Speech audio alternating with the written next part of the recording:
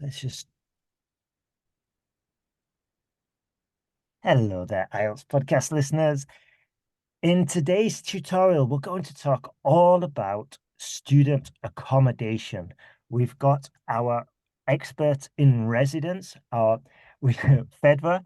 You've probably heard her before on previous podcasts we've done together, and she's going to be sharing some very interesting knowledge about the factors, what to consider when you're choosing your student accommodation, how early you can start looking for the process, all of this. So if you are on the journey to study in the UK or Canada or Australia, then this tutorial is going to be extremely valuable for you. And if you are interested taking this further after listening to the call, you can go to IELTSPodcast.com /UK.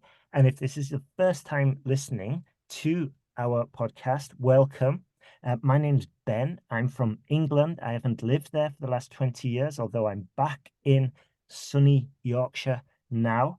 And I started teaching IELTS because, well, first of all, I was a general English teacher, and then students started coming to me asking for help with IELTS. I was completely lost. I was frustrated. I couldn't teach them. So I got experts onto the podcast, and they taught me. I shared those interviews. And then eventually we launched our course, and then fast forward to today where we've got our AI essay check-in solution that's for free, and you can upgrade to get more detailed feedback to improve your scores even faster. We are getting absolutely hundreds, and I'm not exaggerating, hundreds every single week signing up to that. So it's definitely valuable. Have a look at that at IELTSPodcast.com. And yeah, so let's let's move forward, sorry, to today's tutorial, all about your ideal accommodation when you are studying in the UK. And as I said, we've got our expert, Fedoua.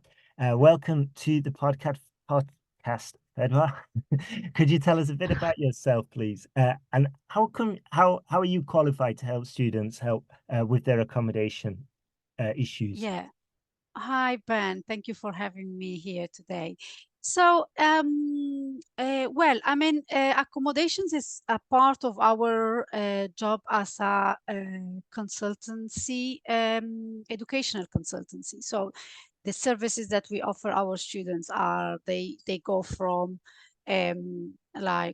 coaching them and helping them to understand what really they want to study up to the accommodation and arrival here in the UK. So we have to deal with accommodation almost every day, fortunately and unfortunately, because it's very difficult to accommodate the students, the parents, and to find the right choice for them. Gotcha. Uh, yeah.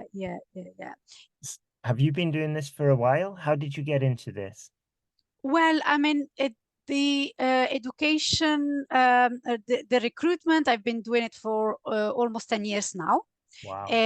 Um, at the beginning, I worked for an educational consultancy for like 3 years and a half, and then I moved into a university, into a couple of universities actually here in London. And after 5 years of working for universities, I've just decided to open my own consultancy. So for all this time, I had to deal with accommodations. Definitely.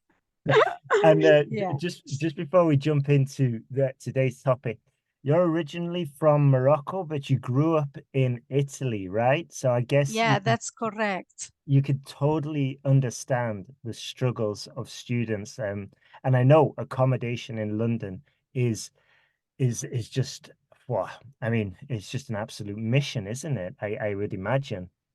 It is a mission, yeah. Especially when you get the last minute students, Oh that gosh. becomes a real mission. Mission impossible, I would say. But, but Just eventually we always make it. good stuff. Just as a side question, um, if is the market in London, is it quite competitive for accommodation? Are they all, or is there just tons and tons of capacity and you can take it easy, or is it something that you have to be on the ball with? No, it's very competitive. Like, I mean, we literally like, if you see like a room in the morning, you might not find it in the afternoon. Wow. So Okay. That's yeah. interesting. Yeah. So we always recommend students to shortlist uh, few places, Mm. and then if you go and see like something that you really like, you have to put down a deposit.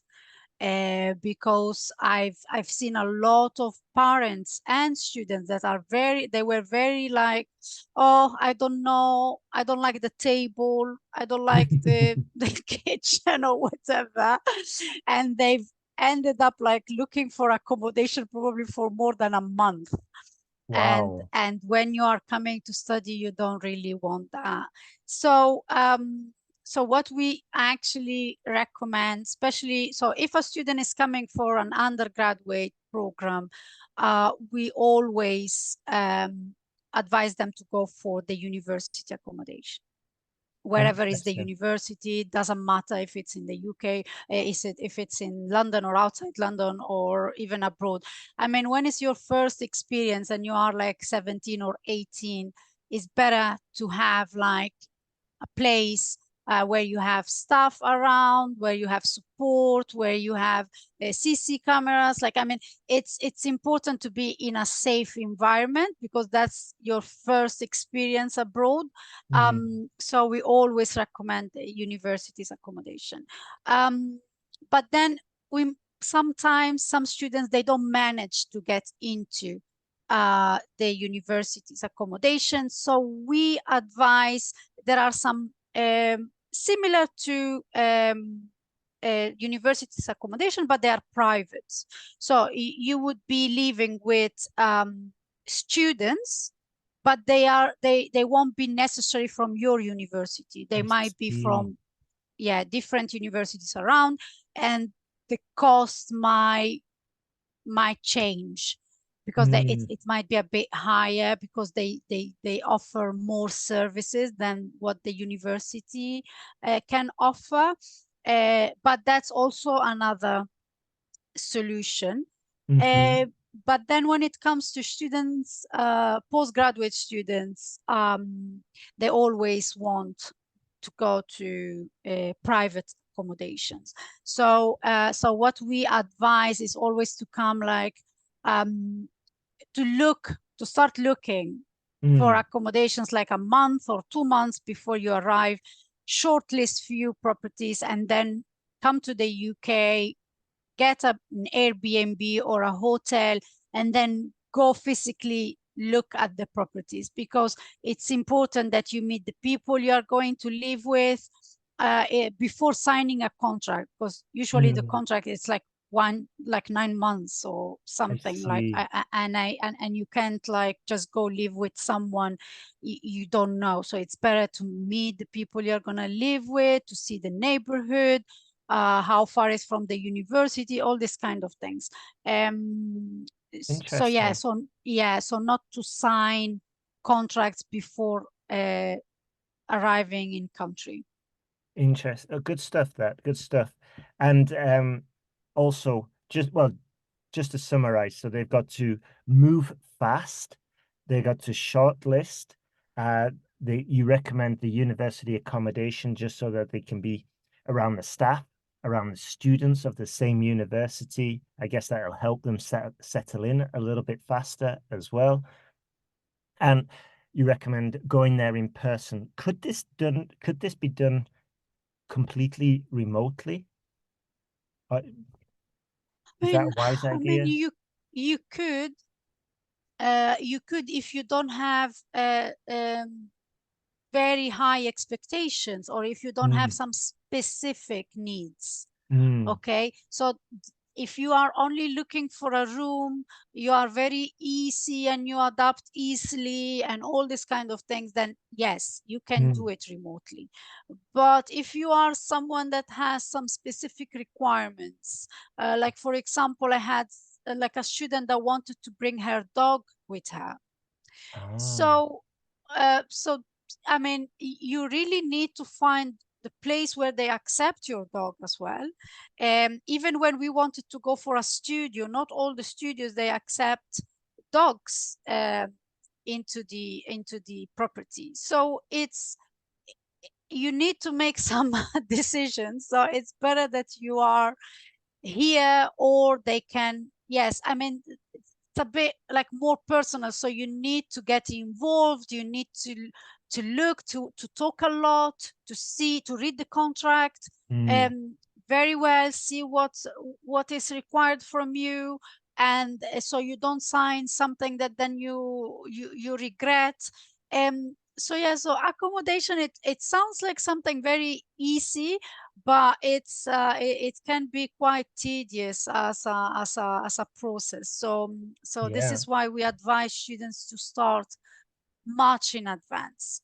right. And you said earlier about meeting the students that you would be living with. How does that work? Because I would imagine a student comes in from, I don't know, maybe India or Nigeria, China, wherever, and they're in England and they've got this temporary accommodation as you suggested, and now they're going to the halls of residence or the university accommodation. And are they just going to meet the type of students that they could be living with, or how would they actually meet the students that would be sort of like in the same dorm or in the same campus? How does that work? So if you are going to the university accommodation, so you can't meet the student before, but what you can do is some universities, they ask you if you want to share your details like email or phone number with the people that will be living with you, Mm, and you are also able to get their details so you can reach out to them, talk to them. But the university accommodation, you rarely manage to go see the accommodations before you book the accommodation, because by the time you arrive to the UK, they are all sold out. So you don't ah, have the time to come and see. And if you travel to the UK like before enrolling, like I don't know, in like 6 months before, like on vacations, or because you want to come and visit the universities, see mm, the campus, and so then you can book a visit to the accommodations. But interesting. yeah, but when you are coming, uh, you won't be able to come and go look at the accommodations. It's impossible, because they really get sold Uh, out like in probably July, August Wow. max. Yeah, I see, I yeah, see. So they should come well in advance, maybe on a tourist visa, check it all out, get their information, ideally make a short list, as you said, after seeing them physically in person, and then put in their application at at the earliest time possible. Is that correct? yes. If you're going for the university provided accommodation. Accommodation. Yes, that's exactly what they should do. And if you are going for private accommodations, then most of the students in end of June, July, they leave their accommodations and they go back to their countries for the summer. I see. So most of the flats they get available during that time of the year. So if you want to look into, if you want like a private studio, or I'm not talking about rooms, but for like a flat or private studio, then you should be looking at that in July. Mm, And then if you are looking for a room that can wait, you can come and then you can book the room, because they want to see you, they want you to pay a deposit, they want you to sign a contract, so you have to be physically there. yeah, yeah, that makes complete sense. Yeah, And so yeah, I was just going to say when was studying when I started university. It was a similar process for me during the summer. We went and checked out the halls of residence. And when I was at uni, I had a small room to myself, and then it was a shared kitchen. And then we had these communal showers or like washrooms available to us. Um, is it still the same now for students? Yes, I mean, but you do have the option of having your private bathroom. Mm-hmm. Of course, I mean, you have to pay more. So there are Yeah. different like prices for it, but you can have your own private bathroom, single room, double room. Now some universities, they also have like studios, small flats, like where you can share like 2, 3 rooms. And you Ah. have like a kitchen that you share only with like 3 people, which is better than sharing with like 14 people. so yeah, so there are different options, but Mhm. you need to act in advance, because if you book it late, then you get what is available.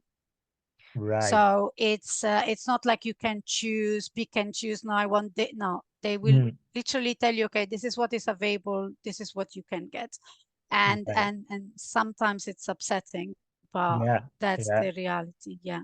I could imagine. But even after Brexit, when Britain left the European Union, I thought there would be sort of like less students from the EU, from Europe coming over. And I thought maybe that would ease sort of like the competitiveness or the capacity issues, especially in London. Did Brexit change it that much? Well, I guess it did change it. In fact, a lot of universities had to get extra accommodations, like some, they even built like some new accommodations and they expanded. But I guess with the Brexit, and then with the fact that a lot of Nigerians, Indians, and yeah, they are not coming because of the dependent um, issue, that basically they are not able to bring their dependents anymore. So numbers are really dropping. So I feel like this year, for example, in September, we won't have a lot of issues to find accommodations. But I see. last September, it was an issue. I see. So because of the government's actions such as Brexit and then changing this, bringing over dependents, it's kind of reduced the competition for accommodation a little bit, but it's still relatively, you still have to move fast. Is that correct? Yeah, yeah, especially if you have some specific requirements. If you're like an easy person like me, I'm okay. I mean, I'm not like picky, so Yeah. I can go for anything. But I had some really picky students, and that was a bit painful. But we managed to find them something to make them happy. Yeah, I know Yeah. exactly what you mean. When me and my partner were looking for accommodation, I said, look, just make sure it's close to the river. We've got a big room. We've got a separate room so I can work. That's all I need. It's either close to a river or a park, and I'm good, you know? But she was like, oh no, it's got to have. I went for this one because it's got purple walls and it's got modern furniture and it's nowhere near the park, nowhere near a river, but hey. Well, in this case, you were the picky one, or her. I Yeah, I don't, I guess don't I know. was. The two requirements that I requested were just too much, you know. Well, the No, river and the no, park.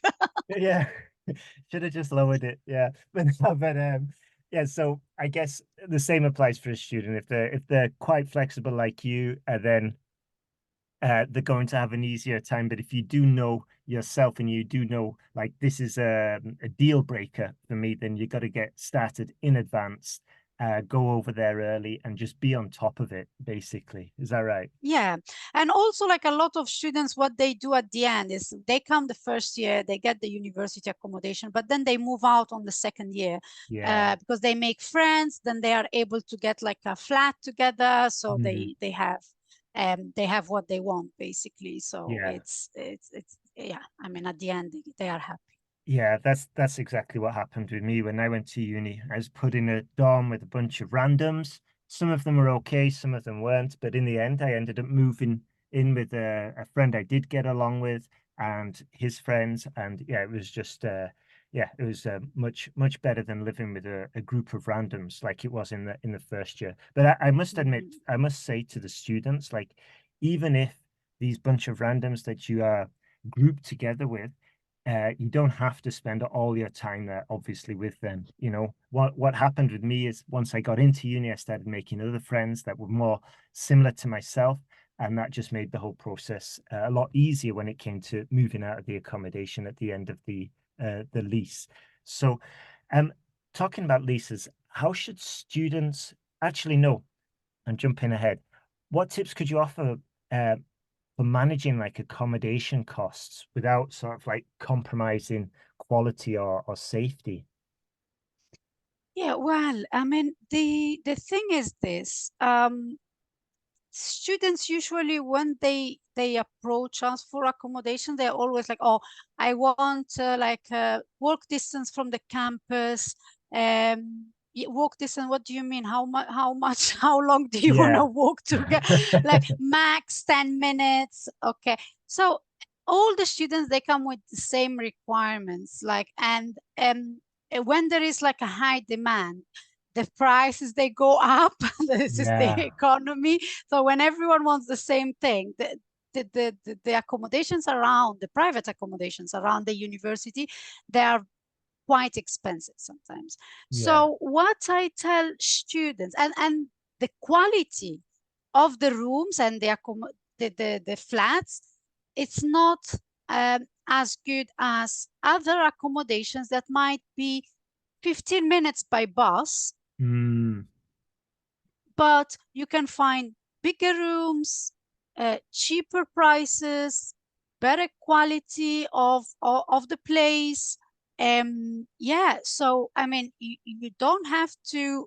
So the student, I understand that when they are coming from abroad and they don't have any idea about where is the university, where is the campus, where they are gonna end up, and how is the neighborhood, it's very difficult to accept the idea of taking a bus, because some in their country, they've never taken a bus. So yeah, because you tell a Kuwaiti student you have to take a bus, and he looks at you like, what are you talking about? Like, I'm not gonna take a bus. So, so because they don't have like buses in their country, so they feel like, oh my gosh, it's a drama for me, I have to take a bus. But then when they arrive here, the bus is the normal thing that we yeah. all use to go around. So yeah, it's also like it's cultural, you know. You have Yeah. to get them to understand, present them things in a different way, talk to the parents, like get them to understand things slowly, Mm. until they get what they want. So Yeah, I guess this is the value that a consultancy like yours can offer, right? It's just this yeah, guidance, this hand-holding, this education. So it's not as daunting. And just so that because they know all the information or most of the information ahead of time from an expert like you, then they can make better decisions, right? definitely, definitely, because we want them to collect all the information and then Mm, decide whatever they want to do, as long as they do it, that they are convinced about it. mm, That's what we are looking for. We don't want them to come here and then to start saying, no, but this is not the university I wanted. This is not the place I wanted. This is not the mm. course I wanted, you know, because it happens to a lot of students.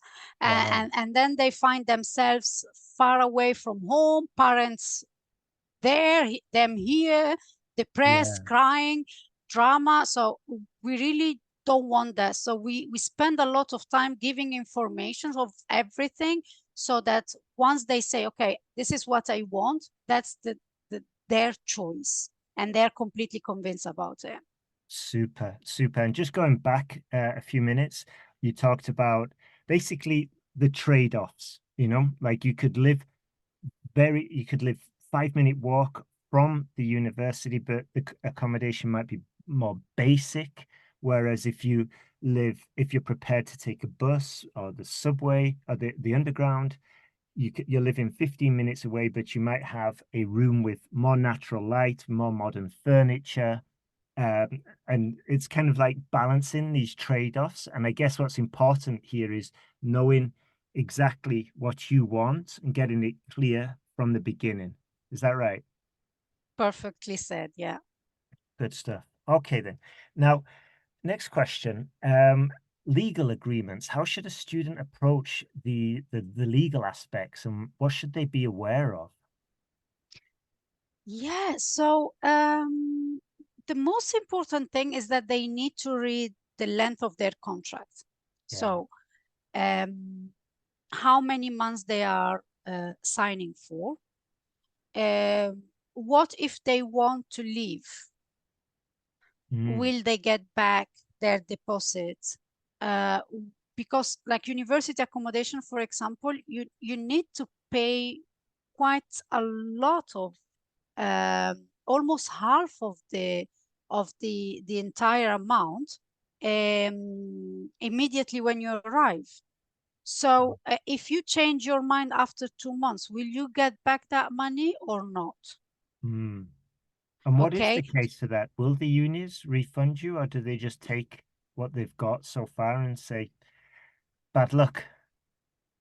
Well, I mean, it is unfair for the university because they could have given the place to someone else. Yeah. Um, and but it is also unfair for the student because I mean, it depends what are the reasons, because sometimes the reason is just because my friend lives in that place, so I want to go there. Yeah. So this is why they have to be aware about the fact that they are signing a proper contract. Yeah.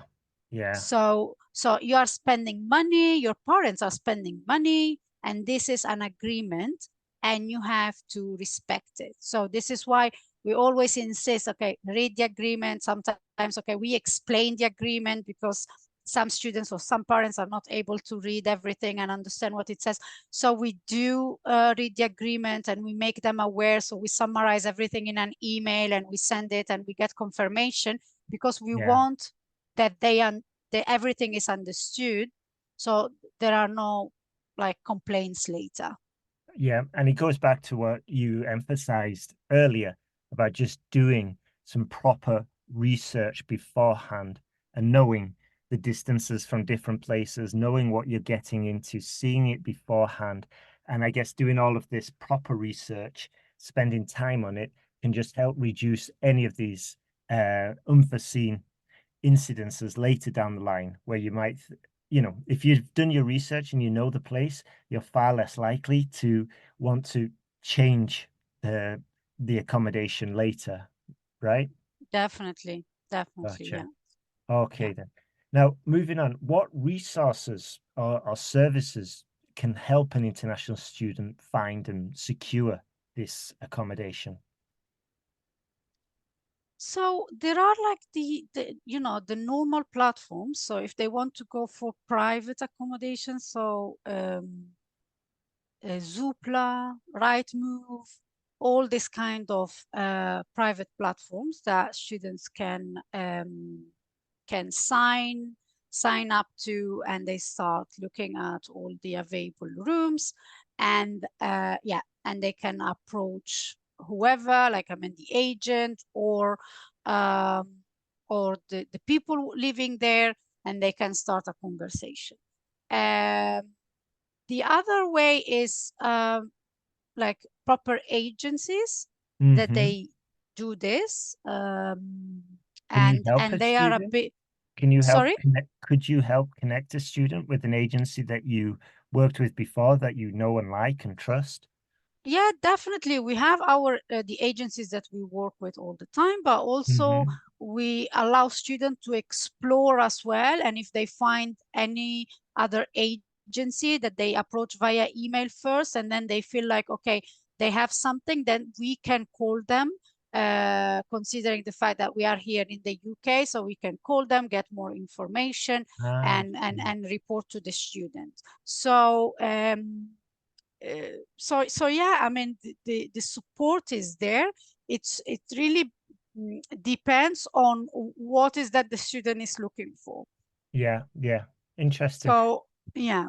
You just reminded me actually of a good tip that I read online, which is like when you move into the accommodation, like take a video or some photos of everything, like, oh, there's this crack in the window frame here. It was, just so you're documenting the conditions of the accommodation before you go in or before you start your residency or on the first day, and then send that to the landlord or the student agency. So when it comes to finishing the lease, and I've just heard stories about landlords saying, okay, well, we're going to keep your deposit for this crack in the windowsill. And if you say it was there before, now you've got a conflict. But if you say, actually, I've got this in a video that I sent to you on the 1st of September when I moved in, now, and you've already sent it to them 9 months ago, and then you're less likely to lose your deposit, and the landlord would know this as well because you've identified it all before.